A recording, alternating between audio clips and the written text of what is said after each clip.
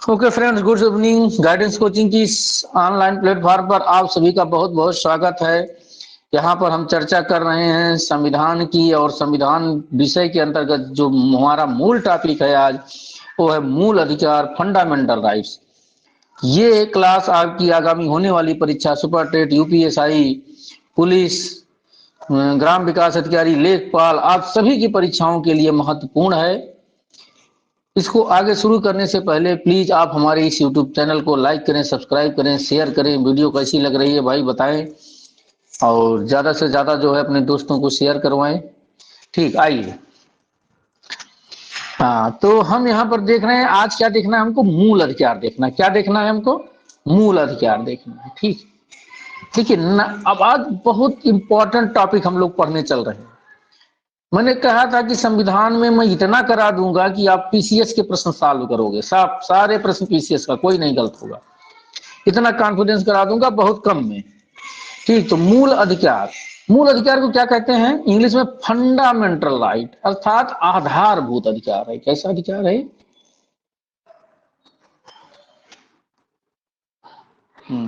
अर्थात कैसा अधिकार है? आधारभूत अधिकार है। इसे मूल अधिकार क्यों कहते हैं? इसे मूल अधिकार इसलिए कहते हैं क्योंकि ये किसी व्यक्ति के जीवन जीने के लिए मूल है। अर्थात कोई भी व्यक्ति अपना सार्वजनिक जीवन या अपना संपूर्ण जीवन पूरी अच्छी तरह से बिना इन अधिकारों की उपस्थिति में जी ही नहीं सकता। यदि कोई व्यक्ति अपना जीवन अच्छी तरह से जीना चाहता है तो उसे जो है ये मूल अधिकार उसके पास होने चाहिए, और चूंकि ये मूल है किसी व्यक्ति के जीवन के लिए। ठीक, और ये क्यों व्यक्ति को दिया गया है? ये व्यक्ति को यही नाते दिया गया है कि इन्हें मानव अधिकार भी कहा जाता है। क्या कहा जाता है? मानव अधिकार भी। मानव अधिकार होने क्यों कहा जाता है? क्योंकि मानव होने के नाते ये मूल अधिकार मानव को प्राप्त होता है। क्योंकि हम मानव हैं, इसीलिए हमें ये अधिकार हमें प्राप्त होता है। जो हम अधिकार 10 दिसंबर को देखते हैं, संयुक्त राष्ट्र संघ के द्वारा दिया गया है, मानव अधिकारों की जो घोषणा की गई है, उन्हीं में से कुछ अधिकार हैं जिन्हें मूलभूत अधिकार की श्रेणी में रखे हुए हैं। तो मानव होने के नाते ये सभी मानव को मूलभूत अधिकार प्राप्त हैं। मानव होने के नाते सभी व्यक्ति को अधिकार प्राप्त है। ठीक, इसकी इन अधिकारों के बिना कोई भी व्यक्ति अपना संपूर्ण जीवन अच्छी तरह से नहीं जी सकता है। ठीक, उससे बहुत सारी समस्या होगी। अभी जब हम इन अधिकारों को जब अभी हम देखेंगे कौन कौन से हैं, क्या इन अधिकारों के बिना हमारा जीवन चल सकता है, तो आप देखेंगे कहेंगे नहीं सर, बिना इन अधिकारों के हमारा जीवन नहीं चल सकता है। ठीक, आइए अब चर्चा करते हैं। अब आप समझ गए? बिल्कुल, मानव को मानवीय अधिकार देते हैं। बिल्कुल आपने सही बताया जो है। तो हमने देखा कि आज हमारा जो टॉपिक है मूलभूत अधिकार है या मूल अधिकार है, और इसको इंग्लिश में क्या कहते हैं? फंडामेंटल राइट्स कहते हैं। देखिए, मूल अधिकार संविधान में उल्लिखित वे अधिकार हैं जो व्यक्ति को अर्थात मानव को सामाजिक, आर्थिक और राजनीतिक नैतिक विकास हेतु आवश्यक है। देख लीजिए, सामाजिक विकास, कौन सा विकास? सामाजिक विकास,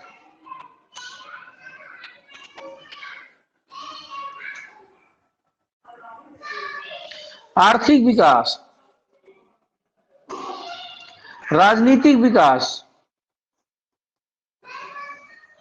और नैतिक विकास, मतलब मानव का संपूर्ण विकास आप देख रहे हैं कि इन्हीं मूलभूत अधिकारों के द्वारा होता है। अगर ये मूल अधिकार ना हो किसी के पास तो मानव का संपूर्ण अधिकार विकास नहीं हो पाए। ठीक, आइए देखते हैं आगे।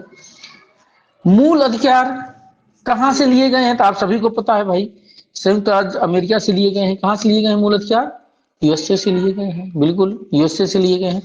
United state of America, USA का अगर फुल फॉर्म बताया जाए तो आप क्या बताओगे? United state of America. मूल अधिकार को हमारे संविधान के किस भाग में रखा गया है? तो भाग 3 में रखा गया है। मूल अधिकार को हमारे संविधान के किस भाग में रखा गया है? 3। ठीक, हाँ बिल्कुल सही बताया, आप सभी ने सही बताया। किस भाग में रखा गया है? 3। और किस अनुच्छेद से किस अनुच्छेद तक है? तो 12 से 35 तक इनका उल्लेख है। कहां से कहां तक है? 12 से 35 तक, बिल्कुल आपने सही बताया। ठीक, आप सभी चर्चा प्रिया जितने भी लोग हैं सब सही बता रहे हो आप। ठीक है, तो हमने देखा कि जो मूल अधिकार है किस देश से लिया गया है? ये यूएसए से लिया गया है। और किस भारतीय संविधान किस भाग में रखा गया है? भारतीय संविधान के भाग 3 में रखा गया है। और किस अनुच्छेद से किस अनुच्छेद तक रखा गया? 12 से 35 तक रखा गया है। देख लीजिए, अभी तक हम लोगों ने अनुच्छेद 1 से 11 तक लर्न कर लिया, एकदम किसी को कोई दिक्कत नहीं है। उसी तरह से हम 12 से 35 तक लर्न करेंगे। मैंने बताया है कि सारे अनुच्छेद में आपको लर्न करा दूंगा जो आपकी एग्जाम में आते हैं, फिर आपको कभी कोई दिक्कत नहीं होगी। अब देखिए, ये बहुत बड़ी चीज है। मूल अधिकारों को भारतीय संविधान का मैग्ना कार्टा या घोषणा पत्र कहा जाता है, मैग्ना कार्टा कहा जाता है। और मूल अधिकार ऐसे नहीं दिए गए हैं आपको, इसको क्या किया गया? न्यायालय द्वारा इसको संरक्षण भी प्रदान किया गया है। यदि आपके मूल अधिकारों का उल्लंघन होता है किसी भी स्थिति में, तो आप अनुच्छेद 32 के तहत सीधे सुप्रीम कोर्ट में याचिका दायर कर सकते हैं।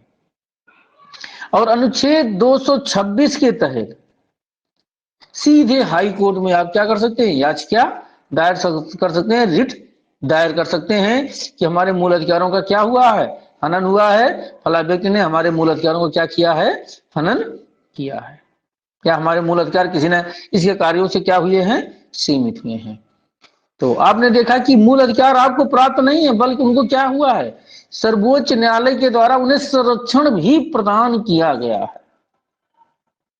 अनुच्छेद 32 के तहत, अनुच्छेद 32 के तहत सुप्रीम कोर्ट, और अनुच्छेद 226 के तहत हाई कोर्ट। आप इन दोनों सीधे रिट दायर कर सकते हैं। अगर आपको लगता है कि आपके मूल अधिकारों का हनन हो रहा है, या कोई व्यक्ति आपके मूल अधिकारों को सीमित कर रहा है, या कोई एक्ट आपके मूल अधिकारों को सीमित कर रहा है, सरकार के द्वारा बनाया गया कोई भी कानून। ठीक, अब ये मूल अधिकारों की संख्या कितनी है? तो देखिए, जब हमारा संविधान लागू हुआ था तो उस समय हमारे पास कुल 7 मूल अधिकार थे। कितने मूल अधिकार थे? 7 मूल अधिकार थे। लेकिन आज वर्तमान में जो है हमारे पास कुल कितने अधिकार हैं? 6 मूल अधिकार हैं। कितने हैं? 6। बिल्कुल सही बताया आपने। वर्तमान में कुल कितने अधिकार हैं? 6 अधिकार हैं। और जब हमारा संविधान लागू हुआ था तो उस समय हमारे पास कुल कितने अधिकार थे? 7 अधिकार थे। इसमें से एक अधिकार था, अभी हम देखेंगे कौन कौन से अधिकार हैं। इसमें एक अधिकार था संपत्ति का अधिकार, जिसे 44वें संविधान संशोधन द्वारा, किस संविधान संशोधन द्वारा? 44वें संविधान संशोधन द्वारा। भाई ये 1997 नहीं होगा, इसको आप लोग बना लीजिएगा, 1978 होना चाहिए। ठीक, ये जो लिखा है 1997, इसको काट दीजिएगा आप लोग, देख भी लीजिएगा। मुझे जहां तक याद आ रहा है कि 1900 क्या है, 44वां संविधान संशोधन कब हुआ था? 1978 में हुआ था, 1978।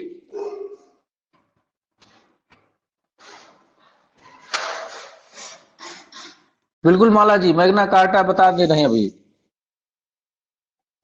हाँ 1978 है, बिल्कुल आप लोग नोट कर लीजिए, क्योंकि ये गलत लिखा गया है, प्रिंटिंग गलत हो गई है। ठीक, तो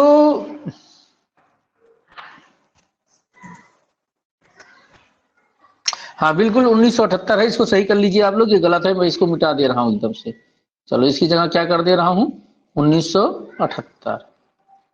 ठीक, 44वें संविधान संशोधन द्वारा इसे में से एक अधिकार था संपत्ति का अधिकार, जिसे मूल अधिकार की श्रेणी से निकाल करके कहां ले जाकर के रख दिया गया है? भाग 12 में। किस भाग में? भाग 12 में।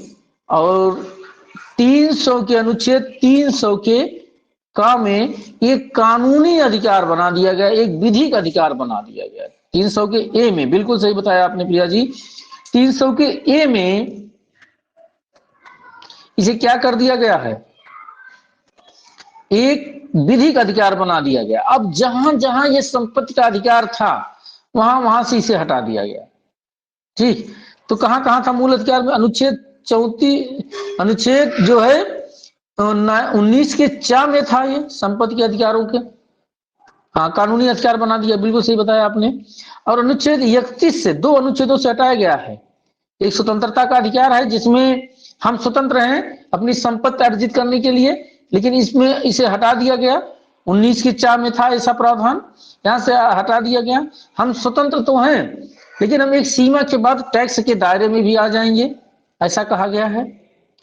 और कोई भी संपत्ति से हटाकर अब कानूनी रूप से इसे बना दिया गया, क्योंकि जब हम चर्चा करेंगे, हाँ बिल्कुल 19 ए नहीं 19 चा है। ठीक, का खा गा गया 5वां या 6वां है, ठीक है, उसका प्रावधान लास्ट वाला प्रावधान है। ठीक, चा है, तो हटा करके क्या कर दिया गया है, एक कानूनी अधिकार बना दिया गया। बहुत इंपॉर्टेंट चीज आप लोग देख रहे हैं, बिल्कुल बिल्कुल चा बताया। ठीक, हाँ 6ठा है शायद, मुझे भी आप गिन लो, का खा गा गा अंग्या चा, हाँ 6 में है, 6ठा है, बिल्कुल सही बताया आपने। ठीक, ABCDEFGH जहां भी जाती है। ठीक, मैग्ना कार्टा क्या है, मैग्ना कार्टा क्या है कि ये सबसे पहले ब्रिटेन में जो है लाया गया था। वहां के लोगों को बहुत सारे अधिकार दिए गए थे जिससे वहां के जीवन में एक बहुत बड़ा परिवर्तन आया था। ये 7-8 नियम, 7-8 जो है मानव के लिए प्रावधान किए गए थे कि ये अधिकार मानव को दिए जाते हैं, ब्रिटेन में दिए गए थे। वहां से मानव के जीवन में जो है एक प्रकार से क्रांतिकारी परिवर्तन आ गया, और उसी को वहां की संसद में क्या कहा गया था, मैग्ना कार्टा कहा गया। तो कुछ और नहीं है बल्कि 10 और 11 ऐसे कुछ हैं जिनका एक नियम है, और उन्हीं नियमों को जो है, या एक अधिकार है जिन्हें जो है वहां की जनता को दिया गया था, प्राप्त हुआ था। ठीक है, उसी से संबंधित है, ब्रिटेन में आया था सबसे पहले जो है। ठीक है, और कुछ नहीं है, बस केवल नियमों का एक संग्रह है। और चूंकि वहां के लोगों में अमूलचूल परिवर्तन हुआ जीवन में, इसीलिए उसे क्या कहा गया था, उसे मैग्ना कार्टा कहा गया। और चूंकि भारत में भी मानव के जीवन में इन अधिकारों से, मूलभूत अधिकारों से मानव के जीवन में एक नई परिवर्तन आया। कोई किसी का शोषण नहीं कर सकता है, कोई किसी का जो है कोई किसी के साथ असमान व्यवहार नहीं कर सकता है, हर व्यक्ति के लिए स्वतंत्रता निर्धारित की गई। ठीक, धर्म को पालने की स्वतंत्रता निर्धारित की गई। तो इस कारण से मानव के जीवन में अमूलचूल परिवर्तन आया ना, इसीलिए इसे भारत का मैग्ना कार्टा कहा गया। और ये 6-7 नियम ही तो हैं, 6-7 प्रावधान तो ही किए गए हमारे संविधान में। ठीक, उसी तरह से सबसे पहले ब्रिटेन में किया गया था। ठीक, आगे चलें। अब देखिए हमारे संविधान में जो मूल अधिकार हैं जो वर्णित किए गए हैं, यहाँ पर एक चार्ट आपके सामने दिखाई पड़ रहा है। माला जी आपकी समझ में आ गया? ठीक, आ गया, बहुत अच्छी बात है। पहला है समानता का अधिकार है। क्या है? समानता का अधिकार है, आपकी स्क्रीन पर होगा समानता का अधिकार। देखिए पहले मोटा मोटा अपने दिमाग में बैठाइए, समानता का अधिकार अनुच्छेद 14 से 18 तक है। तो एकदम मोटा मोटा बैठा लीजिए कि भाई हमें हमें अनुच्छेद 14 से 18 तक क्या पढ़ना है, समानता का अधिकार। देखिए 5 से 11 तक हम लोगों ने पढ़ा था नागरिकता, अब हम 14 से डायरेक्ट इस पर पहुंच गए हैं। तभी 12 और 13 कहाँ गया भाई, इसे हमें ढूंढना पड़ेगा। अभी हम 12 और 13 भी देखेंगे जिससे हमारा लिंक जो है टूटने ना पाए, क्योंकि हम डायरेक्ट 14 पर आ गए हैं। 14 से 18, 14, 15, 16, 17, 18 अर्थात 5 अधिकार हैं जो समानता के अधिकार की श्रेणी में आते हैं।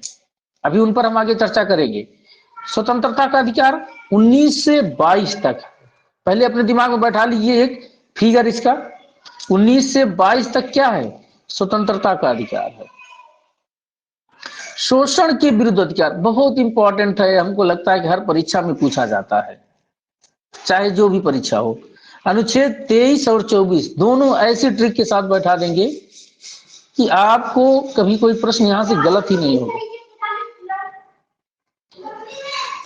आपका यहां से गलत ही नहीं होगा।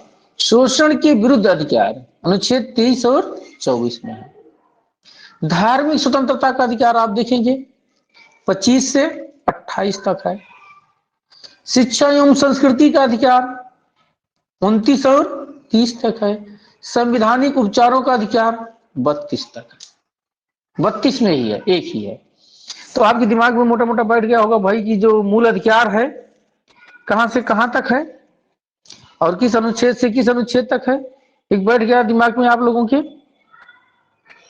6 अधिकार हमको पढ़ना है। अनुच्छेद 31 में क्या था, संपत्ति का अधिकार था जिसे हटा दिया गया, वो तो पहले से आपके दिमाग में आ गया होगा, वहां से कोई दिक्कत नहीं होगी आपको। ठीक, आगे चले। हाँ आइए आगे देखते हैं। समझ में आ रहा है आप लोगों के, किसी को कोई दिक्कत तो नहीं है? अभी बता देना भाई समझ में नहीं आ रहा।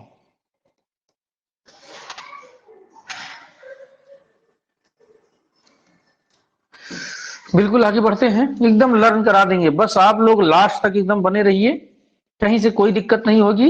नोट्स आप लोग बना लेना, रिगार्डिंग क्लास से यूट्यूब पे बना देख करके बना लेना। ठीक, आइए मूल अधिकारों की विशेषताएं हम देखेंगे। भाई मूल अधिकार है, इसकी क्या कोई विशेषता भी है?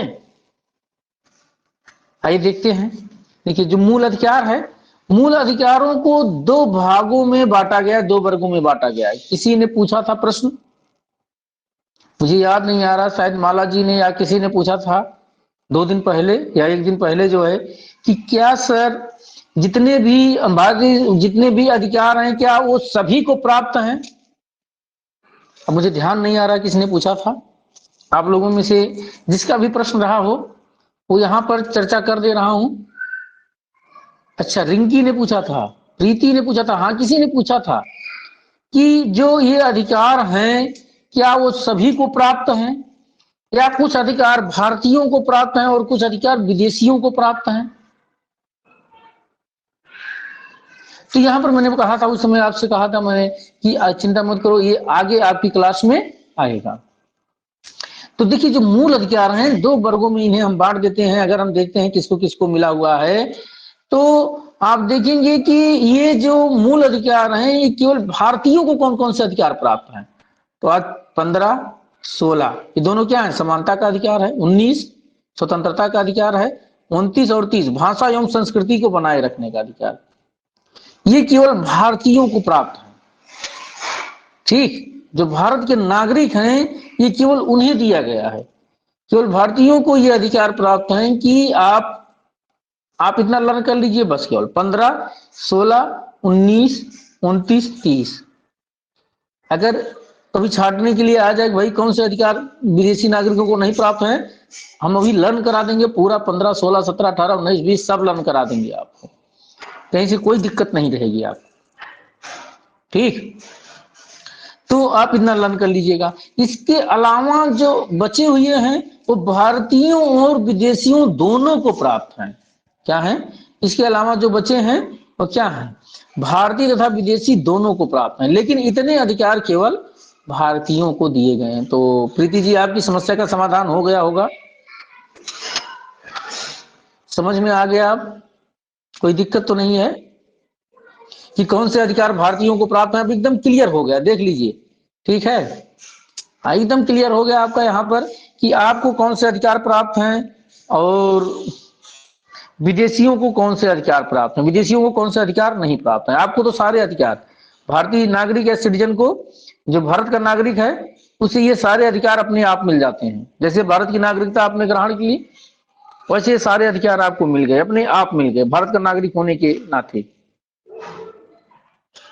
ठीक, मूल अधिकार स्थायी नहीं है, इस संविधान संशोधन के माध्यम से इसमें बदलाव किया जा सकता है, लेकिन बदलाव ऐसे नहीं किया जा सकता, विशेष बहुमत के द्वारा बदलाव किया जा सकता है, साधारण बहुमत के द्वारा नहीं किया जा सकता। संसद को अधिकार है, ठीक है, लेकिन विशेष बहुमत, और विशेष बहुमत आप जानते हैं बहुत कठिन प्रक्रिया होती है। ठीक, तो मूल अधिकार हमारे स्थायी नहीं है, समय के अनुसार कुछ अधिकारों को इसमें समाहित भी किया जा सकता है। जैसे अभी हाँ, ये संविधान संशोधन किए थे हम, आप लोग बताएंगे। हमारे एक संविधान संशोधन हुआ था 86वां संविधान संशोधन किससे संबंधित है? 86वां संविधान संशोधन किससे संबंधित है?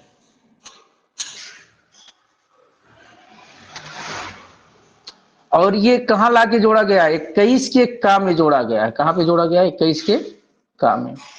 तो इसमें है, बिल्कुल रिंकी जी आपने सही बताया, शिक्षा से है। 14 वर्ष से कम उम्र के बच्चों को जो है निःशुल्क शिक्षा प्राप्त कराने का अधिकार है। और फिर ये मूल कर्तव्य में भी जोड़ा गया है। तो ये स्थायी नहीं है। अब आप समझ गए होंगे, इसका उदाहरण देने से आप समझ गए होंगे कि 21 के एक में है, मैंने बता दिया पहले 21 के काम में, ठीक। तो ये स्थायी नहीं है, ये आपके एग्जाम में बहुत पूछा जाता है, इसलिए मैंने यहाँ पर चर्चा किया, जिससे आप समझ ना पाए, जिससे आप समझ जाएं कि गलती ना करें। मैंने बताया आपको कि जो ये अधिकार है, मूल अधिकार है, इसमें संशोधन किया जा सकता है, लेकिन विशेष बहुमत के द्वारा किया जा सकता है, साधारण बहुमत के द्वारा नहीं किया जा सकता है। ठीक है। और देखिए, अनुच्छेद 20 तथा 21 के अतिरिक्त अनुच्छेद 20 और 21 ऐसे हैं जो आपातकाल में भी निलंबित नहीं किए जा सकते हैं। सारे, अगर इमरजेंसी लागू कर दी गई है तो आपके सारे अनुच्छेद तो निलंबित किए जा सकते हैं, लेकिन अनुच्छेद 20 और 21 को निलंबित नहीं किया जा सकता है, ऐसा प्रावधान किया गया है। ठीक है। तो ये प्रश्न अक्सर पूछा जाता है कि भाई कौन से अनुच्छेद हैं जिनको निलंबित किया जा सकता है और कौन से अनुच्छेद है जिसको निलंबित नहीं किया जा सकता। तो आपातकाल में भी अनुच्छेद 20 तथा 21 को निलंबित नहीं किया जा सकता है।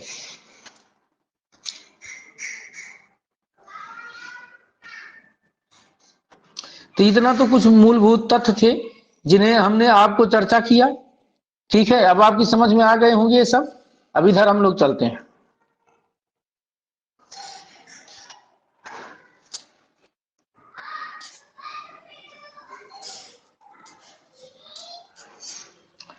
आइए देखते हैं। तो मैंने पहले बताया मूल अधिकार क्या है? फंडामेंटल राइट्स है, अर्थात आधारभूत अधिकार है। मानव के जीवन, सफलतापूर्वक जीवन जीने के अधिकार हैं। अनुच्छेद 12 आपका छूट रहा था, 11 तक मैंने लर्न किया था। एकमात्र आर्टिकल है पूरे संविधान में, गौर करिएगा, ध्यान से सुनिएगा, एकमात्र आर्टिकल है अनुच्छेद 12 पूरे संविधान में, एकमात्र आर्टिकल है जिसमें राज्य की परिभाषा दी गई है, अर्थात राज्य को परिभाषित किया गया। राज्य क्या है? अगर कभी आपके स्टेट, देखिए देश का कोई कॉन्सेप्ट नहीं है, राज्य का कॉन्सेप्ट है, आप ध्यान रखिएगा। कभी बताएंगे आपको, चर्चा करेंगे हम। राज्य के कुल 4 तत्व हैं। ठीक है, टीजीटी क्लास में वो सब स्पष्ट होता, यहां पर नहीं है। राज्य के कुल 4 तत्व हैं। ठीक, तो राज्य क्या है? राज्य, ये देश तो हम अपनी सुविधा के लिए कंट्री कह लेते हैं, लेकिन उसे वास्तव में क्या है? स्टेट का कॉन्सेप्ट है। राज्य किसे कहते हैं? राज्य क्या है भारत में? भारत के लिए राज्य क्या है? जिसमें एक संघीय सरकार हो, जिसे हम संसद कहते हैं, जिसमें एक राज्य सरकार हो, जिसे हम विधानमंडल कहते हैं, जिसमें एक स्थानीय निकाय हो, नगर पालिकाएं हो, पंचायतें हो, जिला बोर्ड हो, वैधानिक और गैर संवैधानिक निकाय हो, जैसे एलआईसी हो, ओएनजीसी हो, भेल आदि। राज्य की परिभाषा को इन्हीं के अंतर्गत हम क्या करते हैं? परिभाषित करते हैं। और भारतीय संविधान में मात्र एक अनुच्छेद है जहां राज्य को परिभाषित किया गया है। समझ में आया आपको? अगर आपसे कोई पूछता है कि भाई क्या भारत के संविधान में कहीं पर राज्य को परिभाषित किया गया है? बिल्कुल सही बताया माला जी आपने। स्टेट के 4 तत्व हैं, पॉपुलेशन है, जनसंख्या है, गवर्नमेंट है, सरकार है, सॉवरेनिटी है, संप्रभुता है, और लैंड है, भूभाग है। 4 हैं, बिल्कुल आपने एकदम सही बताया। तो आपका, मुझे लगता है कि आपका तो जैसे कि पॉलिटी या संविधान आपने पढ़ा हुआ है, नागरिक शास्त्र। ठीक, या पॉलिटिकल साइंस से संबंधित हैं। जो भी स्टूडेंट हैं वो पढ़ना चाहेंगे तो धीरे धीरे, दरअसल इस समय थोड़ी व्यस्तता के कारण क्लास ऑफ चल रही है, ठीक, नहीं तो टीजीटी क्लास में वो सब ज्वाइन कर लेंगे अपना। तो राज्य किसे कहा गया आप देख लिए होंगे। राज्य के 4 तत्व अभी जो है माला जी ने बताया है। अच्छा, थोड़ा सा पढ़े हैं, चलो कोई बात नहीं है, अब ज्यादा पढ़ लेंगे हमारे साथ। मैं इतनी क्लास लेकर के आऊंगा इस पर धीरे धीरे, क्योंकि अभी व्यस्तता ज्यादा चल रही है और इस समय तो पेपर कॉपियां चेक हो रही हैं, उसकी भी व्यस्तता चल रही है, ठीक। हाँ, क्लास सारी आपकी कंटिन्यू होगी, अकेले थोड़ा सा हो जाती है दिक्कत, और भी सर आपके जुड़ रहे हैं, जुड़ेंगे धीरे धीरे। देखिए अनुच्छेद 13 में क्या है, अनुच्छेद 13 में क्या है, मूल अधिकारों को असंगत या उनकी अल्पीकरण करने वाली विधि या एक सीमा तक शून्य होगी। देखिए इसमें क्या कहा गया, एक लाइन में आप लर्न करिए बस केवल। संसद, इसमें कहा गया 2 प्रावधान है। पहला है कि हमारा संविधान जब से लागू हुआ, कब से लागू हुआ, 26 जनवरी 1950 से, यही तो लागू हुआ हमारा संविधान।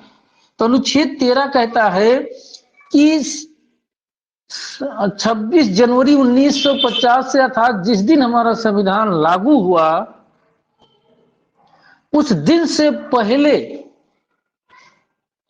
जितने भी नियम कानून बनाए गए थे ब्रिटिश सरकार के द्वारा या ब्रिटिश सरकार के द्वारा, वो सभी वहां तक शून्य हो जाएंगे जहां तक मूल अधिकारों को सीमित करते हैं या मूल अधिकारों को हनन करते हैं, कम करते हैं।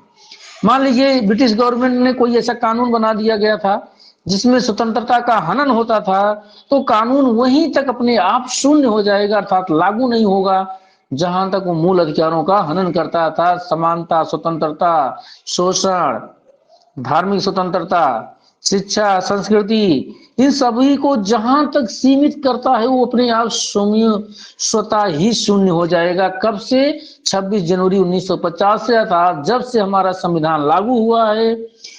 इससे पूर्व वो सभी नियम कानून जो बने थे हमारे अधिकारों को या मूल अधिकारों को जहां तक सीमित करते हैं, जिस सीमा तक सीमित करते हैं, यदि पूरा सीमित करते हैं तो पूरा का पूरा कानून क्या हो जाएगा, अपने आप समाप्त हो जाएगा। समझ में आया? 2 भाग हैं अनुच्छेद 13 के, एक में तो ये कहा गया और दूसरे में ये कहा गया।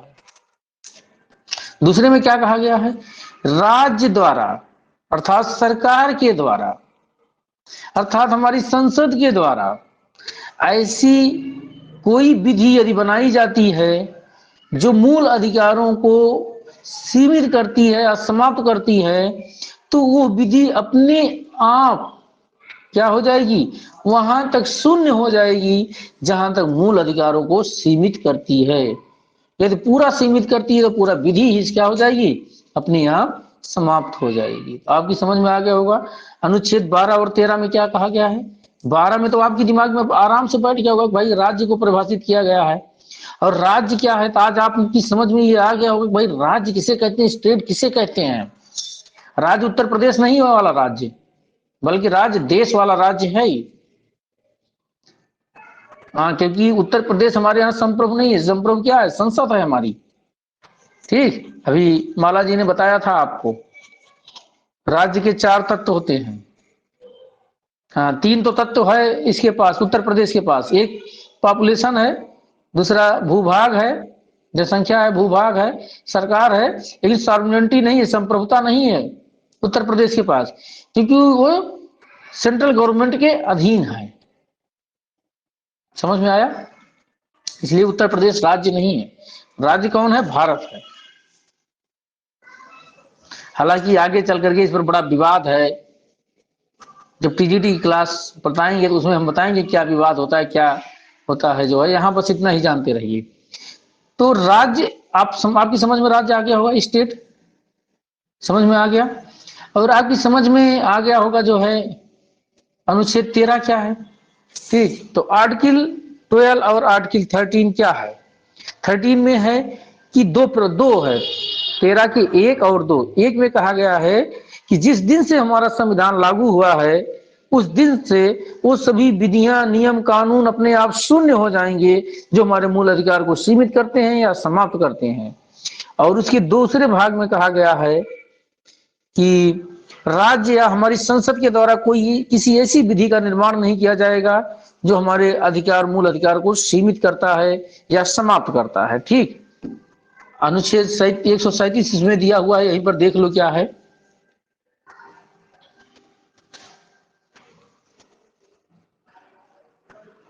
हाँ, ये 137 में बस इतना जानिए कि न्यायिक पुनर्लोकन का प्रावधान है। क्यूरेटिव याचिका इसी में आती है। पीसीएस में कई बार पूछा गया है 137, जिसे हम इंग्लिश में कहते हैं क्यूरेटिव। अर्थात कभी कभी क्या होता है कि संसद कोई नियम बना देती है या स्वयं सुप्रीम कोर्ट कोई आदेश दे देती है और उसके द्वारा दिए गए आदेश क्या होते हैं, वो गलत होते हैं, तो खुद ही उसको क्या करती है, नियंत्रण लगा देती है।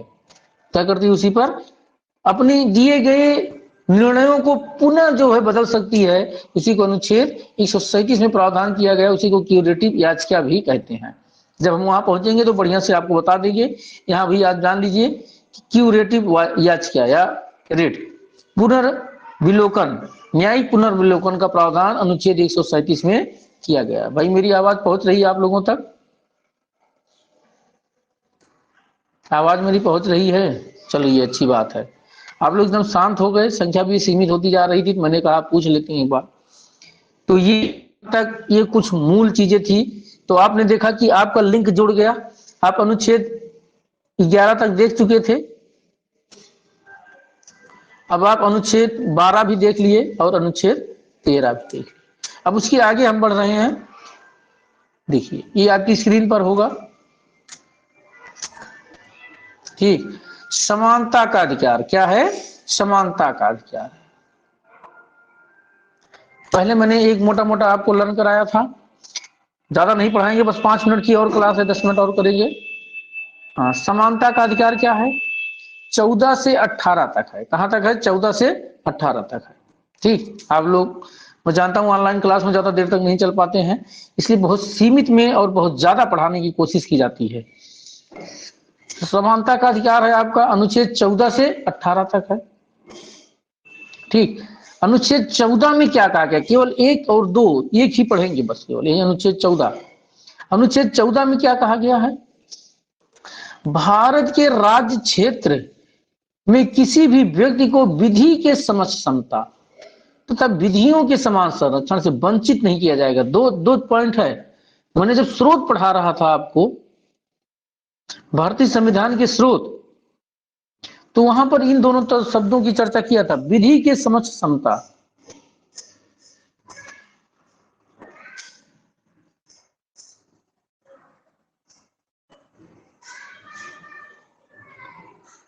और विधियों के समान संरक्षण।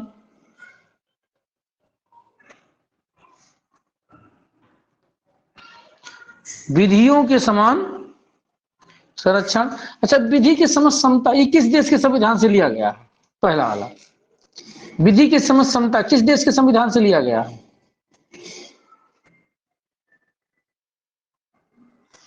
ये ब्रिटेन के संविधान से लिया गया। कहां से लिया गया? ब्रिटिश संविधान से लिया गया। देखिए यहां पर लिखा हुआ है। बिल्कुल प्रीति जी, आपने एकदम सही बताया, ये ब्रिटिश संविधान से लिया गया है। अर्थात भारत में यदि कोई नागरिक है और कहीं भी रह रहा है तो उस व्यक्ति को विधि के समक्ष समता या विधियों के समान संरक्षण से वंचित नहीं किया जाएगा। एक ऐसी अवधारणा, विधि के समक्ष समता, एक नकारात्मक अवधारणा, निगेटिव है। नहीं ये नहीं, ठीक है, ये निगेटिव अवधारणा है। इसका अर्थ है विधि की नजर में सभी व्यक्ति, राष्ट्रपति हो चाहे वो एक आम नागरिक हो, विधि के समक्ष क्या है? सभी समान है। अगर विधि के समक्ष समान नहीं होंगे तो समानता नहीं स्थापित होगी। तो बस आप इतना जानिए, विधि के समक्ष समता एक नकारात्मक अवधारणा है। अनुच्छेद 14 में यही दो तत्व की आप लोग ध्यान दीजिएगा। अनुच्छेद 14 में यही तो कहा गया कि भारत के राज्य क्षेत्र में किसी भी व्यक्ति को विधि के समक्ष समता तथा विधियों के समान संरक्षण से वंचित नहीं किया जाएगा। दो शब्द आप लर्न किए रहिएगा, विधि के समक्ष समता तथा विधियों के समान संरक्षण। ठीक, अर्थात कानून की नजर में सभी व्यक्ति क्या हैं, समान है। ये किस अनुच्छेद में कहा गया है, अनुच्छेद 14 में कहा गया, विधि के समक्ष।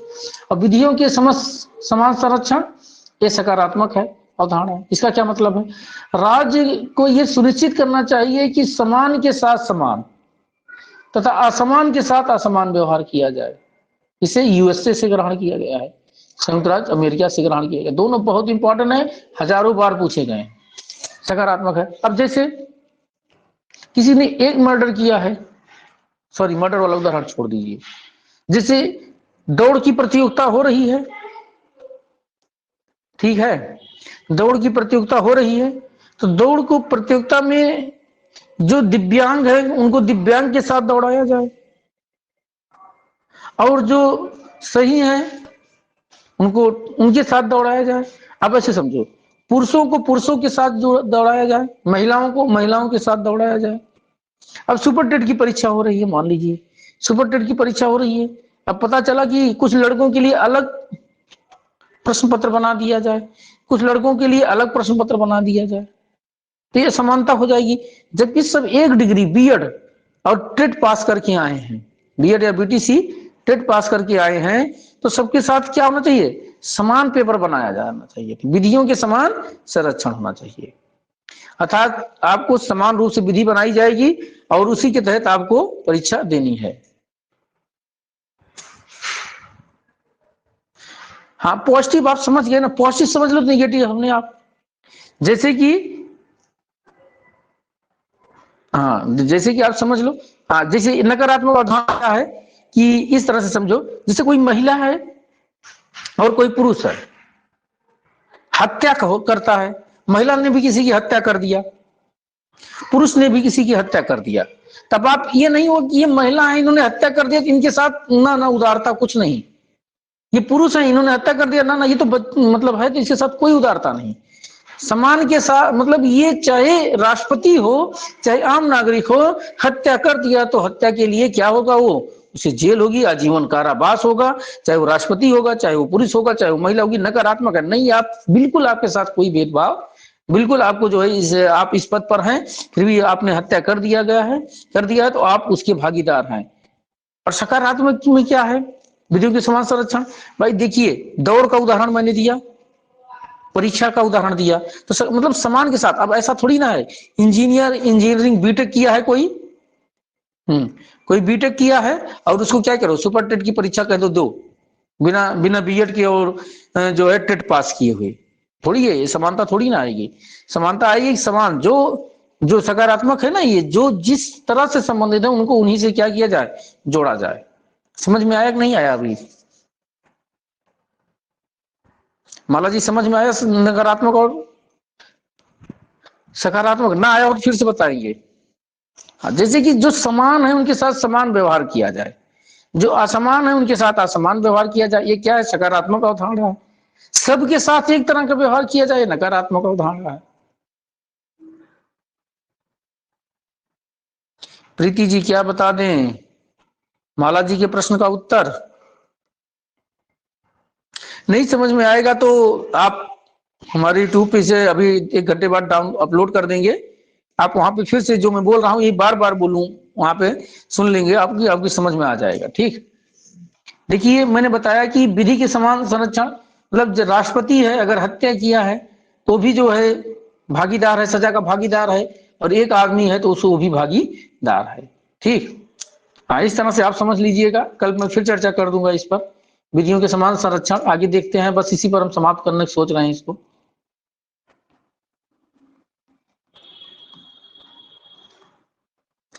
अपवाद, हाँ इक्वल है निगेटिव को कुछ दूसरे अर्थ में हम आपको बता देंगे कल, क्योंकि आप इक्वल ही समझ के चलिए। जो है राष्ट्रपति तथा राज्यपाल को पद के दौरान गिरफ्तारी से संरक्षण प्राप्त है, यह अपवाद है। मैंने बताया था कि जितने भी अधिकार आपको दिए हैं युक्त उसके साथ क्या लगाया गया, प्रतिबंध भी लगाया गया। सांसदों एवं विधायकों को अर्थात हत्या का आरोप उनके ऊपर जब सिद्ध हो जाता है तो वो अपने पद से क्या हो जाते हैं, मुक्त हो जाते हैं। और विदेशी राजनयिकों को अनुच्छेद 15 कल चर्चा करेंगे आप लोग, ठीक है। पहले हम अपनी रिकॉर्डिंग क्लास को ऑफ करते हैं।